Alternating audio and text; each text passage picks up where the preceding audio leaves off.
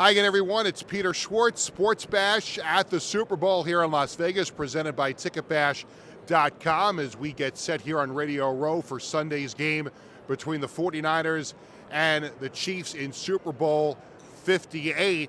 And when you think about the pro football world, obviously those players come from college, and those college players come from the high school ranks. And the high school players are always looking for different opportunities, different ways to get better. Well, there's a brand new league called the Prep Super League, and the founder of that is my guest on this edition of the show. He is Brian Woods. Brian, thanks for spending a few minutes with us here at Radio Row. Good to be with you here today, Peter. Great atmosphere. Good day to sit down with you. Yeah, always a good time to talk football no matter what level it is. And as someone who has a graduating high school football player as a son at home, these things are always interesting to me, and I think they're interesting to a lot of people. And we've seen high school football develop to the point where it's never been more popular. In some markets, it's a religion.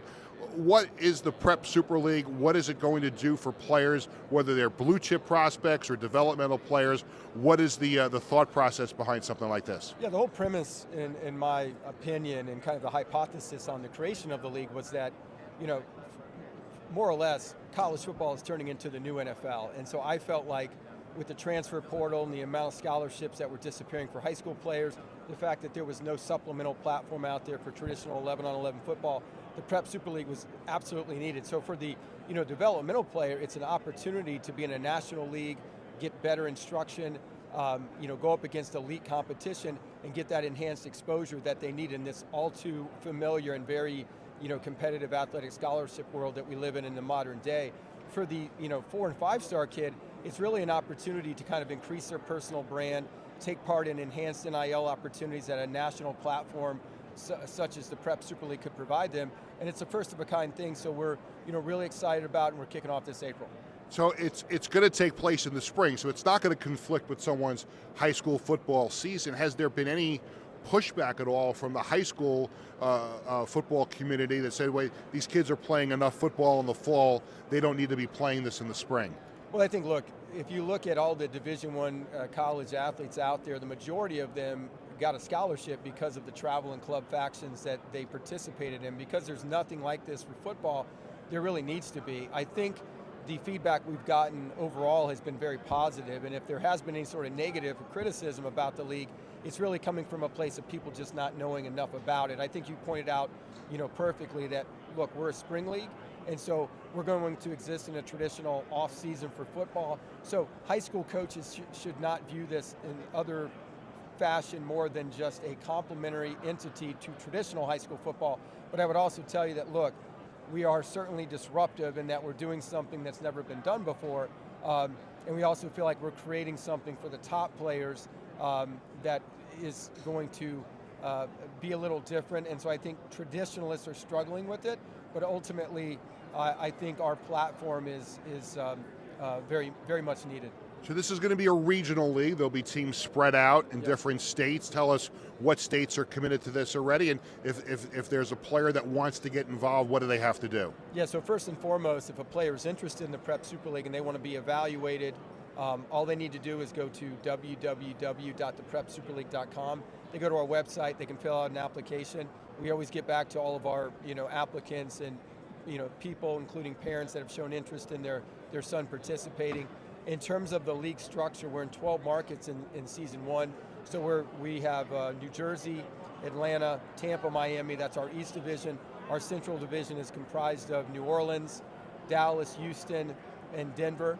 And then our Pacific and West Coast Division is the Bay Area, LA, San Diego, and Phoenix, respectively. So these teams will play at least one game against their division opponents, but they'll also play an additional 3 games outside their division. So there will be some games that require air travel, very similar in fashion to a college football schedule. Now, one thing that is abundantly clear when it comes to a high school athlete, and you hear this from coaches, you hear it from scouts, administrators, that the name of the game for a high school football player is exposure. Now, if they're playing for a high school team, they might have gone to play like my son did in the USA football program years ago before they did away with the tackling program. They'll go to college camps, even if they're not graduating. They'll go to those college camps to get their skill set out in front of coaches. What about the exposure for these kids in this league? Will there be some television involved? Will people be able to stream the games? Because obviously that's important when it comes to the exposure. Yeah, so that's a big part of our league. We're enhancing, or I should rather say we're embracing technology. We've built out our own direct-to-consumer platform. We have our own application. So yes, parents, fans will all be able to stream our games. We've partnered with the company Phoenix, which is going to allow us to broadcast our games in sub-second latency. We've partnered with Shot Tracker, so there's going to be real-time player data.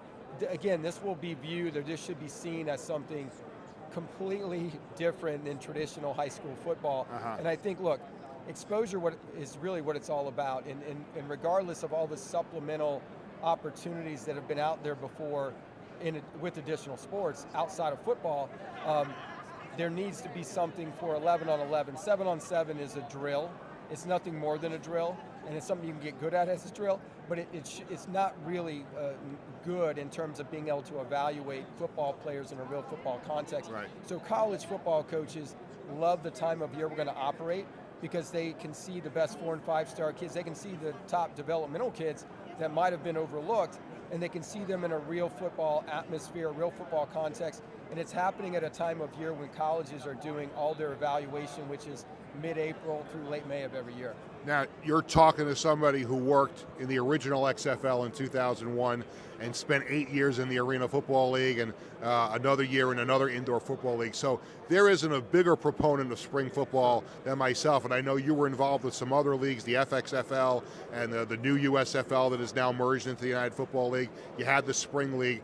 From your perspective as a football guy, Yep.